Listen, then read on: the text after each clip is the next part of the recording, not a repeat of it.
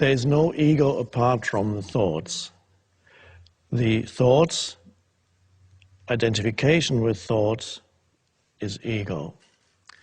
But the thoughts that go through your mind, of course, are linked to the collective mind of the culture you live in, humanity as a whole.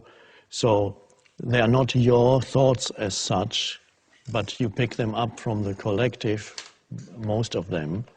And so you identify with thinking, and the identification with thinking becomes ego, which means simply that you believe in every thought that arises, and you derive your sense of who you are from what your mind is telling you of who you are.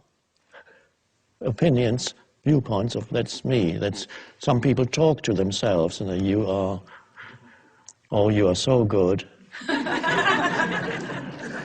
Why doesn't the world recognize you? Or the mind says, you're no good. Same thing. You're no good at all. You fail at everything, don't you? Again, and then you believe in it. And then you suddenly have a low view of yourself.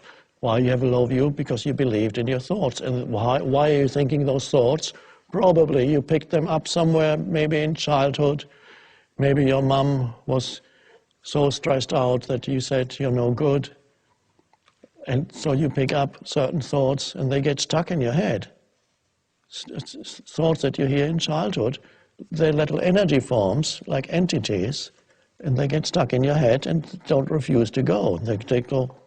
And the more you believe in it, the more more deeply lodged they become in your mind. And so some people are stuck with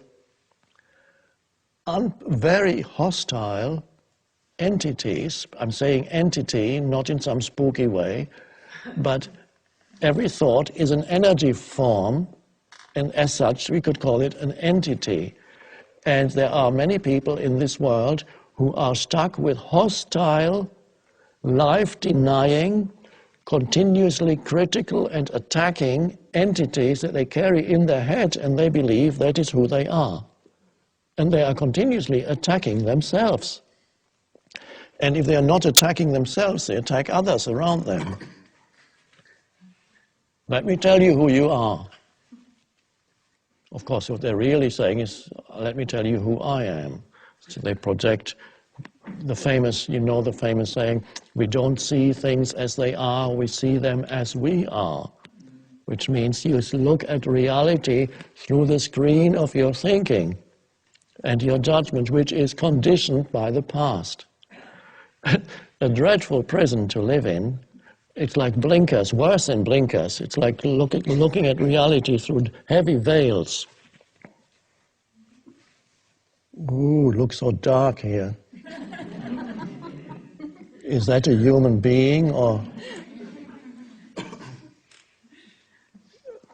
So the identification with thinking, believing in your thoughts, having no space outside of the movement of thought. Again, here we come to the vital thing, lack of space inside. That is the unconscious condition, spiritually, completely unconscious. And then you are burdened with a heavy ego. You are the ego, which is not an entity apart from thought. It is thoughts that you have identified with. And the first moment of freedom comes when you realize that certain thoughts have been going through your head for years, perhaps, and that they are only thoughts, and that you are not the thought, you're the awareness. In my case, I became aware that I had a thought, for example, that started in childhood, one of many negative thoughts I had. Bad things always happen to me. Bad things always happen to me. And that was when I saw people around me, okay, they have got all these nice things, and always there would be bad things happening.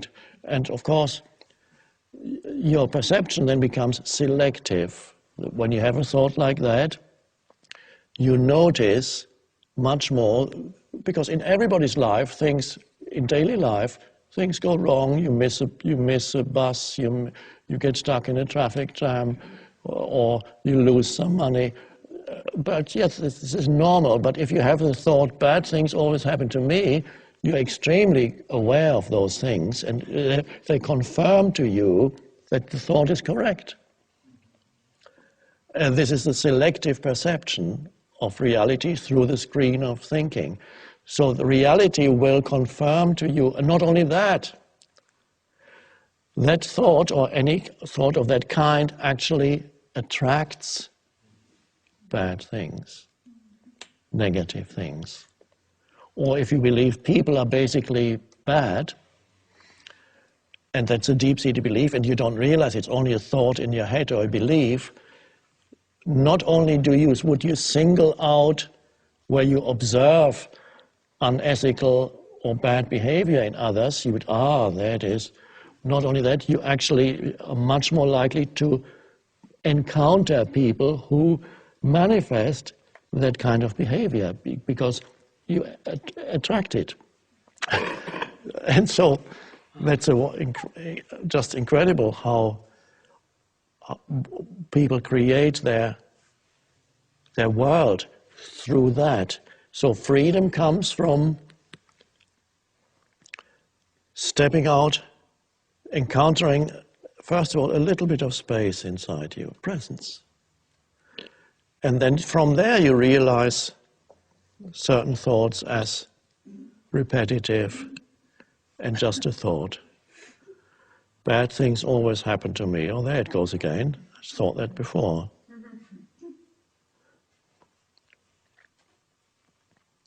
So that's to become free of ego means becoming free of thought, identification with thought.